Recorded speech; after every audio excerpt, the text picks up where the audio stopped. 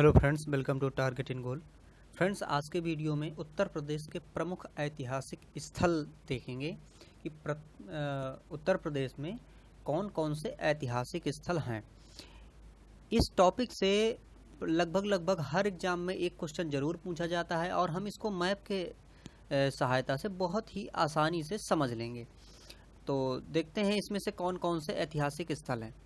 हम देखिए जानते हैं कि जो हमारा यूपी है उसका सबसे उत्तरी जिला क्या है, सहारनपुर है ना। तो हम वहीं से शुरू करते हैं कि वहाँ पर क्या है, फिर इससे हम नीचे की ओर आते जाएंगे और सारा जो भी ऐतिहासिक स्थल हैं उनको हम फ्रेंड्स समझ लेंगे। सहारनपुर में देवबंद है फ्रेंड्स, देवबंद दारुल उलूम संस्थान। ये क्या है, ये मुस्लिमों की एक संस्थान है ना। जब ये लोग अपनी एक कम्युनिटी में एक अच्छा काम करने के लिए या फिर कहें कि एक पूरा गुट बनाने के लिए ये तत्पर हुए थे, तब इसमें देवबंद की स्थापना इन्होंने की थी। इसके साथ साथ हुलास देखिए फ्रेंड्स, हुलास क्या है कि हमारी जो हड़प्पा सभ्यता है, हड़प्पा सभ्यता का एक स्थल है जिसे हम हुलास कहते हैं। और हुलास कहाँ पे है, ये सहारनपुर में है। तो हमें यहाँ सहारनपुर में दो चीज़ें मिल रही हैं, क्या, एक तो देवबंद और दूसरा हुलास। फिर इसके बाद नीचे आते हैं तो फ्रेंड्स आते हैं मेरठ। मेरठ में क्या है, देखिए मेरठ में है सरधना नाम की एक जगह जहाँ पर बेगम समरू द्वारा निर्मित एक चर्च है फ्रेंड्स। और इसके साथ साथ में यहाँ पर देखिए हस्तिनापुर है। मेरठ में हस्तिनापुर है। हस्तिनापुर को आप जानते हैं कि ये कौरवों की राजधानी थी। ये वही है हैं कौरव पांडवों का जो युद्ध हुआ और ये जो हस्तिनापुर था ये उनकी राजधानी थी। और इसी राजधानी के लिए लड़ाई हुई थी कि इस राजधानी में कौन रहेगा, कौन शासन करेगा। तो ये हस्तिनापुर जो जगह है ये भी फ्रेंड्स कहाँ पे है, ये मेरठ में है। उसके और नीचे आते हैं तो यहाँ पर देखिए संभल। संभल में क्या है, संभल में है बाबर द्वारा स्थापित जामा मस्जिद। तो अगर पूछा जाए कि यूपी में बाबर द्वारा स्थापित जामा मस्जिद कहाँ पे है, तो वो फ्रेंड्स कहाँ पे मिलेगी आपको मिलेगी संभल पे। फिर इसके बाद अगर इधर आते हैं हम बरेली, तो बरेली में देखिए अहिछत्र है ना। ये अहिछत्र उत्तरी पांचाल की राजधानी थी। पांचाल देखिए जो 16 महाजनपद थे, 16 महाजनपदों में से एक महाजनपद था पांचाल, और इस पांचाल की राजधानी क्या थी, अहिछत्र थी फ्रेंड्स। इसके नीचे और आते हैं तो आपको मिलता है बदायूं। बदायूं ये क्षेत्र है फ्रेंड्स। और बदायूं देखिए अब्दुल कादिर बदायूनी इसकी जन्म स्थली है। और शेख निजामुद्दीन औलिया इसकी भी जन्म स्थली कहाँ पे है, बदायूं पे है। तो बदायूं पे शेख निजामुद्दीन औलिया और अब्दुल कादिर बदायूनी से देखिए इसका नाम भी मैच कर रहा है। तो ये जो दो जन्म स्थली थी तो ये यहाँ पर थी। इसके बाद हम अगर इधर को आए, देखिए पश्चिम की तरफ आते हैं तो मथुरा। तो फ्रेंड्स मथुरा को आप जानते हैं कि सूरसेन महाजनपद की राजधानी थी। तो सूरसेन ये जो महाजनपद, जो 16 महाजनपद थे, उन्हीं 16 महाजनपदों में से एक महाजनपद था सूरसेन। और इस सूरसेन की महाजनपद की राजधानी क्या थी, मथुरा थी। यहाँ पर द्वारिकाधीश मंदिर भी है। आप जानते हैं कि मथुरा वृंदावन का जो ये क्षेत्र है ये कृष्ण से प्रभावित है, या फिर कहें कृष्ण की ये जन्मस्थली और उसका बहुत ही प्रभाव यहाँ पे है कृष्ण जी का। तो यहाँ पे द्वारिकाधीश मंदिर भी है। इसके बाद फ्रेंड्स यहाँ देखिए एटा। एटा में एक जगह आपको यहाँ मिलती है अतरंजी खेड़ा। ये अतरंजी खेड़ा बहुत ही महत्वपूर्ण है। क्यों, क्योंकि यहाँ पर अगर हम हड़प्पा काल से भी पहले की अगर बात करें, पाषाण काल, तो पाषाण काल के अवशेष जो मिले हैं वो अतरंजी खेड़ा में मिले हैं। और ये अतरंजी खेड़ा वर्तमान हमारा जो यूपी है, यूपी का एटा जिला है, वहाँ पर अतरंजी खेड़ा है। फिर फ्रेंड्स यहाँ पर जाते हैं तो आगरा और आगरा में देखिए हम देखते हैं पहले फतेहपुर सीकरी। फतेहपुर सीकरी के बारे में आप जानते हैं फ्रेंड्स। यहाँ पर देखिए एक तो है बुलंद दरवाजा और एक है जोधाबाई महल। तो दो चीज़ें फ्रेंड्स महत्वपूर्ण है यहाँ पे, है ना। और ये एग्जाम में पूछी भी जाती हैं कि जोधाबाई का महल कहाँ है ना, ऑप्शन दे देगा, या फिर बुलंद दरवाजा पूछेगा। तो बुलंद दरवाजा और जोधाबाई का महल ये दोनों कहाँ पे हैं फ्रेंड्स, ये है फतेहपुर सीकरी में। फिर आगरा में और क्या चीज़ें हैं, देखिए आगरा का किला है, ताजमहल है आप जानते हैं, और सामूगढ़ भी यहाँ पे है, और सिकंदरा देखिए यहाँ पे अकबर का मकबरा है ना। तो अकबर का अगर मकबरा की बात करें कि अकबर का मकबरा कहाँ है, तो अकबर का मकबरा कहाँ पे है फ्रेंड्स, आगरा पे है। फिर यहाँ पे और आते हैं फ्रेंड्स, देखिए ये एक साथ बहुत सारे हैं ऐतिहासिक स्थल, लेकिन ये बहुत महत्वपूर्ण है फ्रेंड्स।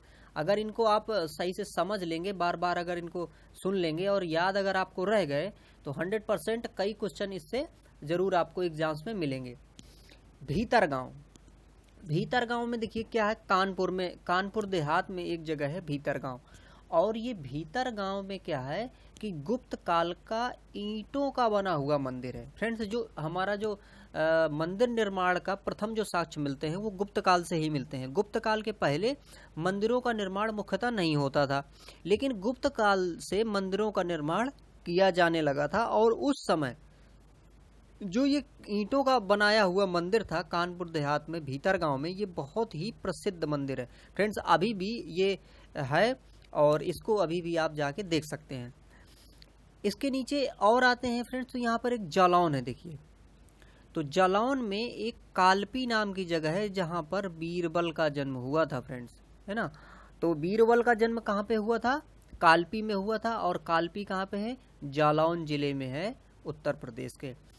झांसी में देखिए क्या था, झांसी में झांसी का किला है आप जानते हैं, और लक्ष्मीबाई महल भी कहाँ पे है, झांसी में है। एक और यहाँ फ्रेंड्स ललितपुर को देखिए, ललितपुर में दशावतार मंदिर है। दशावतार मंदिर भी गुप्त काल का बनाया हुआ मंदिर है फ्रेंड्स, गुप्त काल का है। और इसमें क्या है कि 10 अवतारों को बताया गया है, 10 विष्णु के 10 अवतार। देखिए जो पृथ्वी में जीवों की उत्पत्ति हुई है, तो उत्पत्ति सबसे पहले जल में हुई थी, और जल के बाद में फिर उभयचर प्राणी हुए, मतलब जल और थल दोनों में निवास करने वाले। इसके बाद में फिर स्थल वाले प्राणी पैदा हुए। तो इसी प्रकार से जो विष्णु के जन्म हैं उनको दिखाया गया है। जैसे पहले मछली हो गई है, तो मछली जल में रहती है। फिर इसके बाद में कछुआ को दिखाया गया है, कूर्म अवतार, इसे मत्स्य अवतार, फिर कूर्म। तो कूर्म क्या है, कछुआ है, दोनों जगह पर रहने योग्य होता है ना। फिर वराह का अवतार है, तो वराह अवतार है। फिर इसके बाद में नरसिंह अवतार है, जैसे 52 अवतार है। और फिर नीचे आते आते राम, बलराम, और इस तरह से करते करते कलयुग में कल्कि तक के अवतारों को दिखाया गया। और ये कहा गया है कि अभी कल्कि का जो अवतार है वो होना बाकी है। तो दशावतार मंदिर जो कि ललितपुर में है, इसमें से विष्णु के 10 अवतारों का अंकन किया गया है। और जैसा कि हमने अभी बात की कि ये 10 अवतार वैसे ही अवतार हैं फ्रेंड्स जैसे कि पृथ्वी पे जीवों का जनन हुआ है, मतलब जल से लेके स्थल की ओर। फिर और इधर फ्रेंड्स देखते हैं लखनऊ। तो देखिए लखनऊ में क्या है, वर्तमान में देखिए हमारी राजधानी तो है ही है, इसके साथ साथ में अवध की राजधानी है। देखिए अवध जो उस समय का एक क्षेत्र था, या फिर कहें राज्य था उस समय, तो उसकी राजधानी थी। और यहाँ पर देखिए लखनऊ समझौता हुआ था। लखनऊ समझौता ये किससे संबंधित है फ्रेंड्स, आप अगर हिस्ट्री में थोड़ा सा पढ़े होंगे तो आप देखेंगे कि जो हमारा कांग्रेस थी, ये कांग्रेस 2 भागों में विभाजित हो गई थी। सूरत में क्या हुआ था कि कांग्रेस के ही अंदर नरम दल और गरम दल, 2 दलों के नेता थे, और इनमें से बीच में झगड़ा हो गया था। वो झगड़ा इसलिए हुआ था कि जो बंगाल का विभाजन हुआ था, उस बंगाल के विभाजन में जो गरम दल था, गरम दल चाहता था कि हम इस क्रांति को, जो कि स्वदेशी क्रांति थी, इसको पूरे देश में वो फैलाना चाहते थे। लेकिन नरम दल के ऐसा नहीं चाह रहे थे, तो उधर प्रॉब्लम हो गई थी, और उस वजह से फिर उनका क्या हुआ था कि अलगाव हो गया था। फिर अलगाव के बाद दोनों गरम दल और नरम दल के लोग जो मिले थे, तो वो मिले थे लखनऊ में। और इसी लखनऊ का जो मिलन था, यह समझौता था, इसी को लखनऊ पैक्ट या लखनऊ समझौते के नाम से जानते हैं, जो कि 1916 में हुआ था। तो ये लखनऊ इसलिए फ्रेंड्स महत्वपूर्ण है, और जैसा कि ऐतिहासिक रूप से और अपने ये स्वतंत्रता के लिए काल से भी अपना एक लगाव रखता है, जोड़ रखता है। फिर इधर आते हैं फ्रेंड्स, तो हमें देखिए इधर बांदा मिलता है, ठीक। तो बांदा में क्या है, कालिंजर का किला है फ्रेंड्स। तो ये कालिंजर का किला कहाँ पे है, बांदा में है। फतेहपुर में क्या है, खजुआ युद्ध स्थल, अगर खजुआ युद्ध स्थल की बात की जाए तो वो कहाँ मिलेगा आपको, वो मिलेगा फ्रेंड्स फतेहपुर में। इसके बाद रायबरेली देखिए, रायबरेली में क्या है, रामविलास पैलेस, तो रामविलास पैलेस कहाँ पे है, रायबरेली में है। कौसाम्बी देखिए, कौसाम्बी वत्स जो 16 जनपदों में से एक वत्स था, है ना, तो वत्स की राजधानी कौसाम्बी है, तो ये दोनों थे। और इसके साथ साथ में कौसाम्बी में एक घोषित राम विहार है। देखिए जो बौद्ध धर्म थे तो बौद्ध धर्म में विहार बनाए जाते थे, है ना, तो वो जो विहार हैं तो उसमें से घोषित राम नाम का जो विहार था वो विहार कहाँ पे था, वो था कौसाम्बी में। अब इसके बाद देखिए प्रयागराज या इलाहाबाद के बारे में देख लेते हैं कि यहाँ पर क्या क्या चीज़ें हैं फ्रेंड्स। तो यहाँ पर पहले तो देखिए यहाँ पर है श्रृंगवेरपुर, एक चीज़ ये है श्रृंगवेरपुर, और इसके बाद प्रयाग स्तंभ। प्रयाग स्तंभ फ्रेंड्स बहुत ही महत्वपूर्ण है, जो कि हमारे जो गुप्त काल का ही ये है, और जो समुद्रगुप्त है जिसे हम भारत का नेपोलियन कहा करते हैं, तो समुद्रगुप्त ने पूरी अपनी वृत्तांत या फिर जो उसके राज्य की उस समय की चीज़ें थी उसको इसमें से अंकित किया गया है। और इसमें सिर्फ उन्हीं का नहीं बल्कि और कई राजाओं का इसमें अंकन हुआ है ना, मुगल काल के राजाओं का भी कुछ अंकन हुआ है इसमें। तो ये है फ्रेंड्स प्रयाग स्तंभ या प्रयाग प्रशस्ति। इसके बाद देखिए इलाहाबाद का किला, ये जो इलाहाबाद का किला है अकबर ने बनवाया था, वो किला भी यहाँ पर है। खुसरो का मकबरा है फ्रेंड्स यहाँ पे, और खुसरो बाग भी है ना, तो ये है। एक चीज़ और है यहाँ पे आनंद भवन, ये एक संग्रहालय है उधर पे, तो ये आनंद भवन संग्रहालय है यहाँ पे। फिर है प्रतिष्ठानपुरी, तो प्रतिष्ठानपुरी इलाहाबाद में ही है कुल मिला के, वो जिसे हम झूसी नाम से वर्तमान में जानते हैं, इसे हम प्रतिष्ठानपुरी कहते थे। अब देखिए और यहाँ पर आगे चलते हैं तो हमें यहाँ पर मिलता है फ्रेंड्स एक प्रतापगढ़।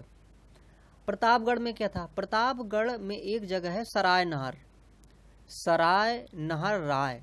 ये जगह क्यों महत्वपूर्ण है, ये जगह महत्वपूर्ण है फ्रेंड्स हमारे पाषाण काल से ऐसा महत्वपूर्ण है कि यहाँ पर हमें बहुत सारे वहाँ के अवशेष मिले हैं। जैसे कौन कौन से, सराय नहर है और दमदमा भी यहीं पे है, तो सराय नहर और दमदमा में समाधियाँ मिली हैं। और जो दमदमा है वहाँ पर फ्रेंड्स 3 लोगों की समाधियाँ, मतलब 3 युग्मित समाधियाँ मिल गई हैं, जैसे कि एक ही समाधि में 3 लोगों को दफनाया गया है। तो ये जो साक्ष्य है ये फ्रेंड्स प्रतापगढ़ के दमदमा में है, और सराय नहर में भी बहुत इस तरह के हमें साक्ष्य मिलते हैं। और इसके साथ साथ में यहाँ पशुपालन के भी साक्ष्य मिलते हैं।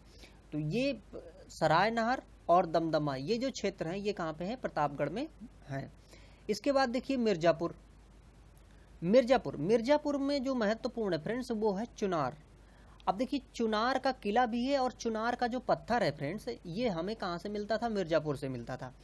हम जानते हैं कि हमारा जो अशोक लाट है जिसे हम राजकीय चिन्ह के रूप में प्रयोग करते हैं, सारनाथ से जो लिया गया है, तो ये किस पत्थर का बना था, ये बना था फ्रेंड्स वही जो लाल बलुआ पत्थर है वो कहाँ से प्राप्त हुआ था, चुनार से प्राप्त हुआ था।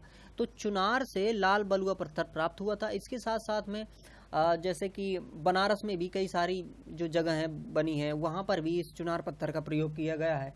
और कई जगहों पर जहाँ निर्माणकार हुए हैं, अच्छे निर्माणकार हुए हैं, वहाँ पर इस चुनार पत्थर का प्रयोग किया गया है। तो चुनार पत्थर मिर्जापुर में मिलता है। और ऊपर को यहाँ चलते हैं फ्रेंड्स तो हमें मिलता है क्या, वाराणसी में हमें मिलता है सारनाथ।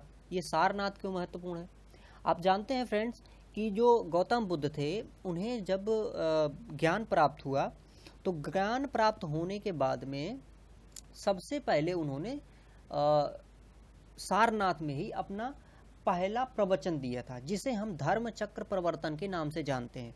तो धर्म चक्र प्रवर्तन जहाँ से शुरू हुआ वो जगह सारनाथ थी, और यहाँ पर एक स्तूप भी बनाया गया है, और उस स्तूप को धमेक स्तूप भी कहा जाता है ना, धमेक स्तूप यानी धर्म चक्र की स्थापना। तो वो जो स्तूप है या फिर सारनाथ जो जगह है वो सारी कहाँ पे है, वाराणसी में है। गाजीपुर में क्या है फ्रेंड्स, भीतरी स्तंभ लेख जो है वो कहाँ पे है, गाजीपुर में है। और इसके साथ साथ में जो कार्नवालिस, आप जानते हैं कि वायसराय जो इधर पे गवर्नर हुए, गवर्नरों में से, अंग्रेज गवर्नरों में से एक गवर्नर था क्या, कॉर्नवालिस। तो ये कॉर्नवालिस जो गवर्नर था, तो वो गवर्नर की जो समाधि स्थल है ना, उसका जो मकबरा है वो कहाँ पे है फ्रेंड्स, गाजीपुर में स्थित है। अब और देखिए हम पूर्व की ओर चलते हैं तो हमें मिलता है कुशीनगर। देखिए कुशीनगर में क्या है, गौतम बुद्ध का महापरिनिर्वाण, मतलब कि गौतम बुद्ध की जो मृत्यु है वो कुशीनगर में हुई थी। और यहाँ पर एक चुंद नाम का राजा था, तो चुंद जो था उसके भोजन से ही, या फिर हम ये कह सकते हैं कि जब ये गौतम बुद्ध वहाँ गए थे तो भोजन में उन्होंने बड़े ही प्रेम से, हालांकि उनकी ऐसी भावना नहीं थी, उन्होंने जो मतलब कुछ ऐसे पदार्थ दिए थे जो विषाक्त थे खाने को, तो वो विषाक्त पदार्थ खाने से गौतम बुद्ध की मृत्यु हो गई थी। तो ये जगह कहाँ पे है, ये कुशीनगर में है। फिर आते हैं इधर संत कबीर नगर फ्रेंड्स। तो संत कबीर नगर यहाँ पर है, देखिए मगहर। मगहर में संत कबीर दास जी थे जो हैं, इनकी मृत्यु हुई थी और यहीं पर इनकी समाधि स्थल है। अब देखिए पहले ये बनारस में रहते थे, तो पहले ये माना जाता था लोगों में कि जो बनारस में मरेगा वो स्वर्ग जाएगा, लेकिन अंतिम समय में जो कबीर दास जी थे इन्होंने बनारस छोड़ दिया था। क्यों? क्योंकि ये अपने कर्म पे विश्वास करते थे और ये मानते थे कि ऐसा थोड़े ही है कि कोई बहुत मतलब पापी व्यक्ति भी बनारस में लास्ट टाइम में आके मर जाए तो वो मोक्ष को प्राप्त हो जाएगा। तो ऐसा कुछ नहीं है, इसलिए इन्होंने इस जगह को छोड़ दिया था बनारस को, और ये मगहर चले गए थे और मगहर पे ही इनकी मृत्यु हुई थी। तो वहीं पर इनका समाधि स्थल बना हुआ है। सिद्धार्थ नगर में फ्रेंड्स ऊपर पर हम जाते हैं तो सिद्धार्थ नगर में देखिए एक तो यहाँ पे बौद्ध स्तूप है और यहाँ पर बंसी पैलेस है। एक चीज और यहाँ पे देखिए कपिल वस्तु दिया है। कपिल वस्तु में गौतम बुद्ध का जन्म हुआ था, लेकिन वर्तमान में ये जो जगह है ये अपने यूपी में नहीं है, ये नेपाल में है। तो कपिल वस्तु जहाँ पे गौतम बुद्ध का जन्म हुआ था वो नेपाल में है। अब देखिए और इधर पे कुछ चीजें हम देख लेते हैं। तो यहाँ पर देखिए खीरी को देखते हैं, है ना, अपना जो लखीमपुर खीरी है, इस लखीमपुर खीरी में सूरत भवन है। तो सूरत भवन कहाँ पे स्थित है, लखीमपुर खीरी में है। कन्नौज देखिए, कन्नौज में क्या है, जयचंद का किला है। और एक है फ्रेंड्स यहाँ पर जगह नैमिषारण्य। नैमिषारण्य एग्जाम में कई बार पूछा गया है, ये क्यों महत्वपूर्ण है? जो आप जानते हैं कि महर्षि दधीच थे, महर्षि दधीच जिन्होंने मतलब असुरों के नाश के लिए अपने शरीर का त्याग कर अपने अस्थिपंजर, है ना, अपनी अस्थिपंजर को दे दिया था देवों को, वही ये महर्षि दधीच हैं। और जो इंद्र है, इंद्र के हाथ में जो वज्र है वो भी इसी महर्षि दधीच की हड्डियों का बना हुआ है। तो ये जो महर्षि दधीच थे, महर्षि दधीच की जो हड्डियां थी, या ये कहें कि उनका जो तपोस्थल है वो नैमिषारण्य है। और वो नैमिषारण्य वर्तमान में फ्रेंड्स यहाँ पर क्या है, ये सीतापुर में है ना, कन्नौज में नहीं, सीतापुर में है। तो ये नैमिषारण्य जगह कहाँ पे है, सीतापुर में है। और देखिए यहाँ पे श्रावस्ती को देख लेते हैं। श्रावस्ती में क्या है, जेतवन। ये जेतवन बिहार है और एक सहित महत जगह यहाँ पर है। और एक चीज है यहाँ पे मखली गोसाल, ये मखली गोसाल की जन्म स्थली भी कहाँ पे है, श्रावस्ती में ही है। तो फ्रेंड्स इस प्रकार से जेतवन गौतम बुद्ध को फ्रेंड्स गिफ्ट किया गया था, है ना। तो ये श्रावस्ती में है ये जेतवन, सहित महत है और मखली पुत्र गोसाल की जन्म स्थली भी यहीं पर है। तो इस प्रकार से फ्रेंड्स हमने इस मैप के माध्यम से लगभग सारी चीज़ों को डिस्कस कर लिया है। और हो सकता है कि आपको एक बार में ही ये सारी चीज़ें याद ना हो, तो आप इस वीडियो को कई बार भी देख सकते हैं। और ये महत्वपूर्ण है फ्रेंड्स, इससे अधिकांशतः एग्जाम में क्वेश्चन जरूर पूछे जाते हैं। अगर आप पुराने एग्जाम पेपर उठा के देखेंगे तो आपको पता चल जाएगा कि इससे क्वेश्चन पूछे गए हैं और आगे भविष्य में भी इससे क्वेश्चन पूछे जाएंगे। तो फ्रेंड्स इस वीडियो को आपने देखा, आपका बहुत बहुत धन्यवाद। और अगर इस चैनल में नए हैं आप तो इस चैनल को सब्सक्राइब कर लें और बेल आइकॉन भी प्रेस कर लें ताकि आपको नोटिफिकेशन मिलते रहें। और फ्रेंड्स यदि ये वीडियोज़ आपको अच्छे लगते हैं, इनसे कुछ आपको जानकारी मिलती है, तो वीडियोज़ को लाइक भी कर दिया करें। Thank you for watching.